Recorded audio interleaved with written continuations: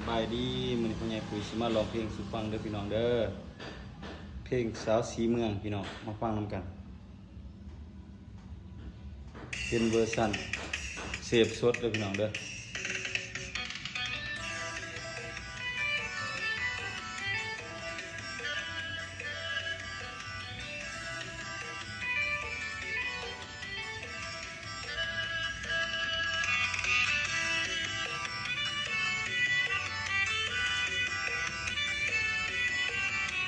หาหมอนกันพี่น้อง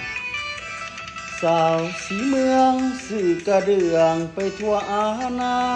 หนึ่งในแดนสาธาสาวสีเมืองนับว่าหนึ่งได้มาพบพ่อนวลละอองอายตกตะลึง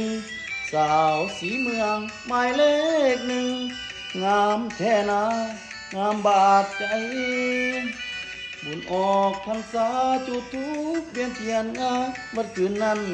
สองเฮาเคียงคู่กันน้องก็บอกอายเบิ่งจันทราแล้วน้องก็บอกว่าหักอายเท่าฟ้า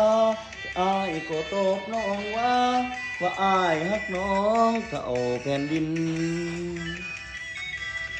กราบวิงวอนเจ้าแม่สีเมืองผู้ศักดิ์สิทธิ์จงช่วยเนละมิตให้หาคันสมหักสมหวังให้ความหักขาจงยืนยาวจงจีรันสิ่งที่ข้าวาดหวันให้ข้าน้อยเป็นเคยสีเมืองจบตัวนี้ก็ได้พี่น้องเด้อพบกันนะร้องกันมา